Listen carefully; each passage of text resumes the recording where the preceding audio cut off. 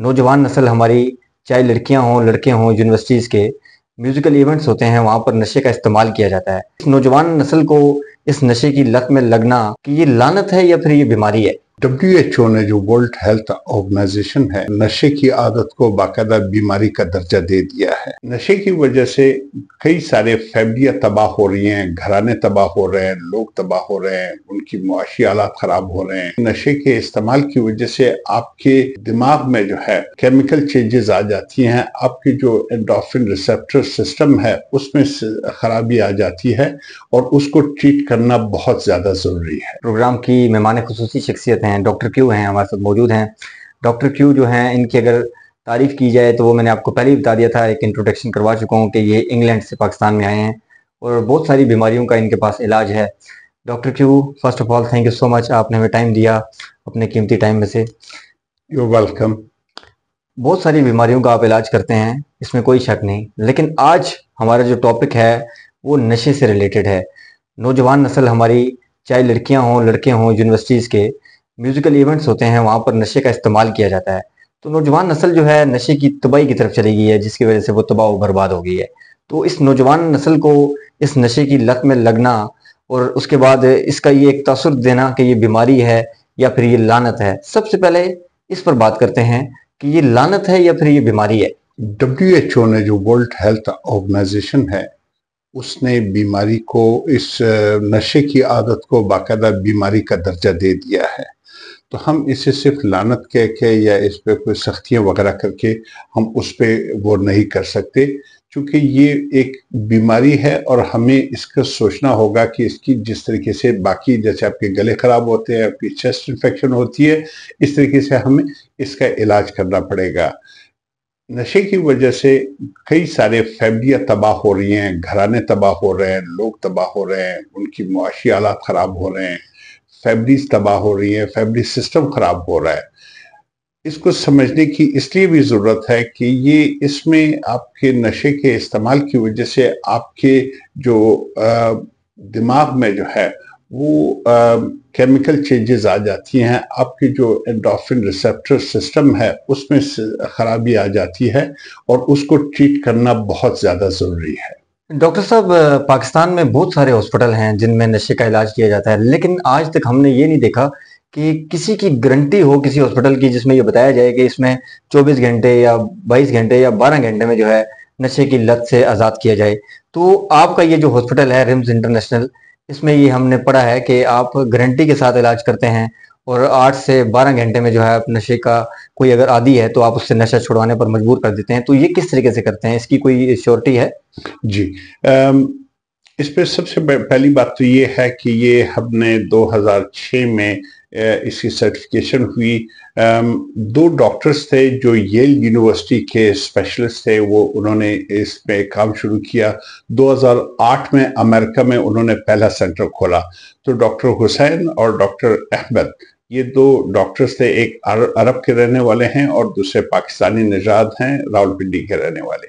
तो इन्होंने 2008 में ये किया कि अपनी फैमिली प्रैक्टिस, अपनी सर्जरी होने के अलावा उन्होंने क्या किया, वीकेंड पे ये काम शुरू किया और उन्होंने इसमें स्पेशलाइजेशन की कि उन्होंने वीकेंड पे यानी 48 घंटे में वो एक पेशेंट लेके उनको, ये इन्होंने नया कॉन्सेप्ट इंट्रोड्यूस किया कि इसको एनेस्थीसिया के अंडर, आमतौर पे आपने देखा होगा कि साइकेट्रिस्ट या साइकोलॉजिस्ट वगैरह इसको डील कर रहे होते हैं, लेकिन ये एनेस्थीसिया के अंडर यानी मेडिकल डिटॉक्स शुरू कर दिया, medical detox and rehabilitation programme. तो वीकेंड पे वहाँ पे सेलिब्रिटीज वगैरह अपने हेलीकॉप्टर्स में, अपने जहाज़ों में आते थे, 48 घंटे वहाँ पे रहते थे और ये 48 घंटे उनको नशे में रख के उनके दिमाग की रीफॉर्मेटिंग, उनकी री रेगुलेशन करते थे। जो एंडोर्फिन रिसेप्टिव सेंटर है, रिसेप्टर सेंटर है, उसकी करते थे। उसमें यह था कि इन्होंने आहिस्ता आहिस्ता इसमें काफ़ी जिद्दत की। 2016 में मैंने डॉक्टर अहमद को ज्वाइन किया और उनसे ट्रेनिंग भी ली और फिर हमने इकट्ठे काम करना शुरू कर दिया। 2016 से मैं इस प्रोग्राम में उनके साथ हूँ। इसमें जिद्दत होते होते अब हम उनको इस लेवल पे ले आए हैं कि हम 6 से 8 घंटे, this called triple A detox, यानी एनेस्थीसिया असिस्टेड वो है एक्सेलरेटेड डिटॉक्स है, और this is a medical detox. असल में जो आपने बात की वो बहुत ज्यादा जरूरी है, जिसको समझने की ज्यादा जरूरत है। जो कन्वेंशनल डिटॉक्स या रिहेबिलिटेशन हम करते हैं दुनिया में हो रही है, वो इस तरह है कि वन साइज फिट्स ऑल। ठीक है जी।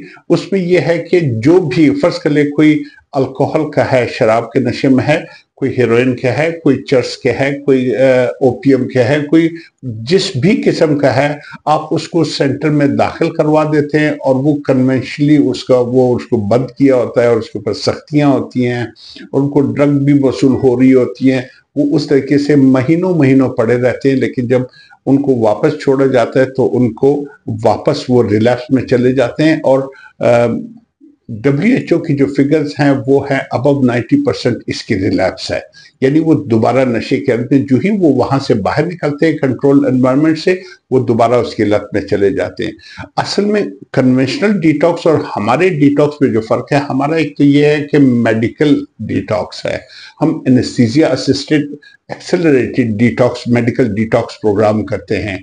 हम क्या करते हैं, इसके जो आपकी बॉडी की में माइक्रो न्यूट्रिएंट्स हैं, ये अली एक और मौजू है जो माइक्रो न्यूट्रिएंट्स की कमी की वजह से डिजीजेस जो हैं वो असल में माइक्रो न्यूट्रिएंट्स की कमी की वजह से होती हैं। हम इस पे किसी वक्त और प्रोग्राम करेंगे।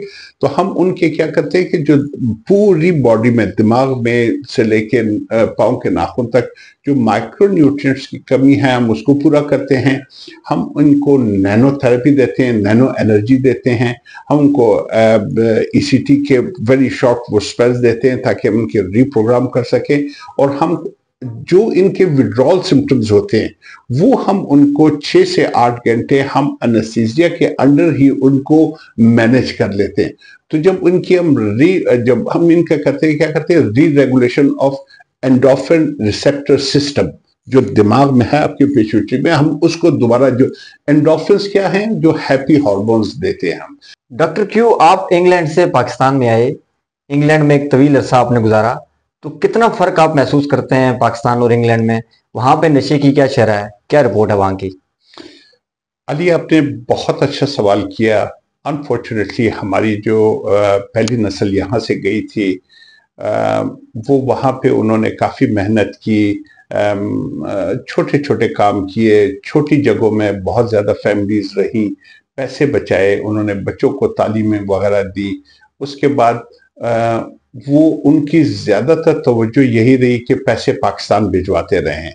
तो यहाँ पीछे कोई मीरपुर में है, तो कोई मुजफ्फराबाद में है, कोई लुधियाल में है, कोई कहाँ है, तो जेहलम में है, खारिया में है, लाला मूसा में है, गुजरात में है, जेहलम में है, तो ये पैसे भिजवाते रहे। अनफॉर्चुनेटली चूंकि वो पढ़ी लिखी नस्ल नहीं थी हमारी, तो वहाँ पे जो UK में जो इमिग्रेशन हुई वो सारी हमारी लोअर क्लास की थी और अनएजुकेटेड तबका था, चूंकि डैम बनने की वजह से वो वहाँ चले गए।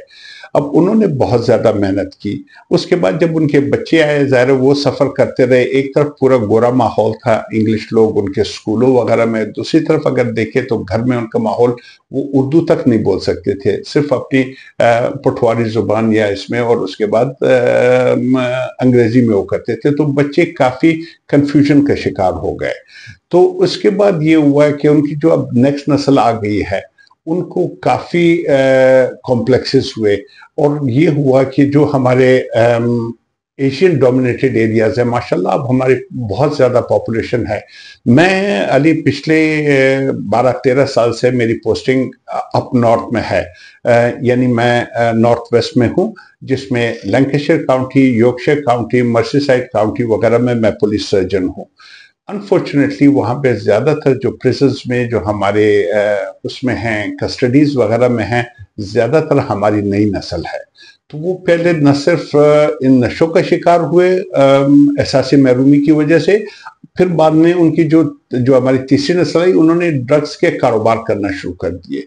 तो एक बहुत बड़ी मेजॉरिटी हमारी जो है ना, बहुत बड़ी आबादी हमारी बच्चों की वो इसमें मुब्तला हो गई है, इर्रिस्पेक्टिव ऑफ द सेक्स, वो किसी भी उससे हों, तो इसमें बहुत ज़्यादा हैं और ये कॉज ऑफ कंसर्न है। तो मेरे पास बहुत ज़्यादा लोग, मैं आपको एक और मज़े की बात बताऊं कि मेरा इस्लामाबाद में सेटल होने का सबसे बड़ा एक मकसद भी ये था कि हम यहाँ पे ऐसे सिस्टम, क्योंकि जो ज्यादातर लोग हैं उनके लिए इस्लामाबाद बहुत आसान है, तो इस्लामाबाद हम अगर इनको डिटॉक्स देते हैं तो बहुत सारी फैमिलीज ने हमसे कहा कि जब आप शुरू करें तो हम वहां से आएंगे, क्योंकि वहां से फ्लाइट लेके आएंगे 8-10 घंटे में हम उनको पूरा वो करके इंशाल्लाह डिटॉक्स करके उनको वापस देंगे। तो आपके पास एक पूरे जैसे रिफॉर्मेटेड वो होता है, कंप्यूटर होता है या आपका मोबाइल फोन होता है, इस तरीके से। तो वो बहुत ज्यादा एक्साइटेड हैं और मेरा ख्याल है कि हम अपने पाकिस्तान की कम्युनिटी की भी बहुत खिदमत कर सकेंगे और हमारी जो कम्युनिटी बाहर है, खासतौर पे ओवरसीज के लिए जो हम काम करना चाहते हैं, उसमें हम आईवी इन्फ्यूजन्स वगैरह और वो चीजें सारी करना चाहते हैं जो हम यहाँ बहुत आसानी से और अच्छे तरीके से कर सकते हैं। डॉक्टर क्यों, इसका मतलब ये कि लोग आपसे इलाज करवाने के लिए अब इंग्लैंड से, यूरोप से पाकिस्तान में आएंगे? जी बिल्कुल, ये मैं आपको बता दूं, मेरी जो एक और स्पेशलिटी है दुनिया ये में, तो तारीख में पहली मर्तबा होगा कि यहाँ तो कोई बीमार हो जाए तो नवाज शरीफ जैसे बीमार हो गया तो लंदन इलाज कराने के लिए चले जाते हैं, कोई और बड़ा सियासतदान बीमार हो तो वो दूसरे मुल्क में इलाज कराने जाता है, लेकिन ये तो पाकिस्तान के लिए भी एक बड़ी फख्र की बात है कि आप यहाँ पर इंग्लैंड से आए हैं और अब इंग्लैंड से लोग पाकिस्तान में इलाज करवाने के लिए आएंगे। ये मैं आपको गारंटीड कह सकता हूँ, ये जो हमारा anaesthesia assisted accelerated medical detox programme है, ये सिर्फ अमेरिका में हो रहा है, ये यूके में भी नहीं हो रहा। तो हम फख्र से ये कह सकते हैं कि हम यूनिक लोग हैं, हम लेकर आए हैं। जो हमारा आईवी इन्फ्यूजन्स का है, यानी इसको माइक्रो न्यूट्रिएंट्स इन्फ्यूजन्स वगैरह हैं जो आईवी हम देते हैं, जिसकी बहुत कमी की वजह से काफी डिजीजेज हो रही है, वो हमारा यूनिक प्रोग्राम है जो सिर्फ अमेरिका में, अब यूके में इंट्रोड्यूस हुआ है, लंदन वगैरह में और बर्मिंघम में 2 जगहों पे हो रहा है। ये मैंने आपसे सवाल करना था लेकिन आपने इसका खुद ही जवाब दे दिया है। जी, मैं सवाल कर लेता हूँ ताकि हमारी ऑडियंस को पता चले।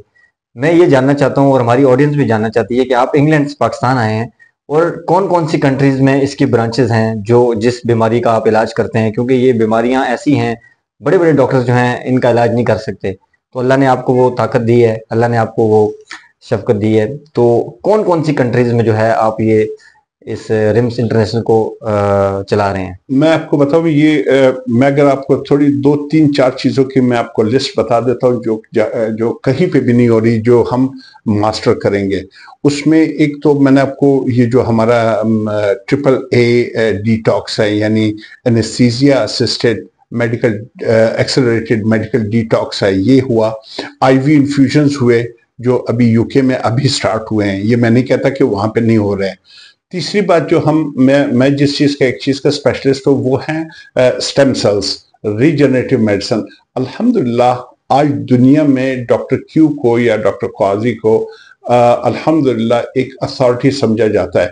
इस वक्त पाकिस्तान में जो हम स्टेम सेल्स बनाएंगे और हम इंशाल्लाह इसको, पहला मुल्क होगा हम इसको एक्सपोर्ट करेंगे, ये अमेरिका और यूके में बैन है। मैं जब से पाकिस्तान आया हूं मैंने ये चीज देखी है, सुनी है, सब डॉक्टर्स वगैरह कॉस्मेटिक्स में हर जगह पे आप देखिए जी, ये एक्सोसोम्स हम अमेरिका से मंगवाए, ये लंदन से मंगवाए, ये स्टेम सेल्स हमने अमेरिका से मंगवाए।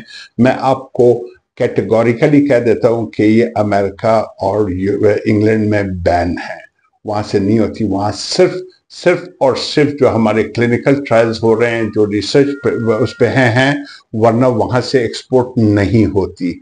यहाँ पे सारे पाकिस्तान में ये कहते हैं कि ये हर बंदे ने स्टेम सेल्स लगवाए हुए हैं।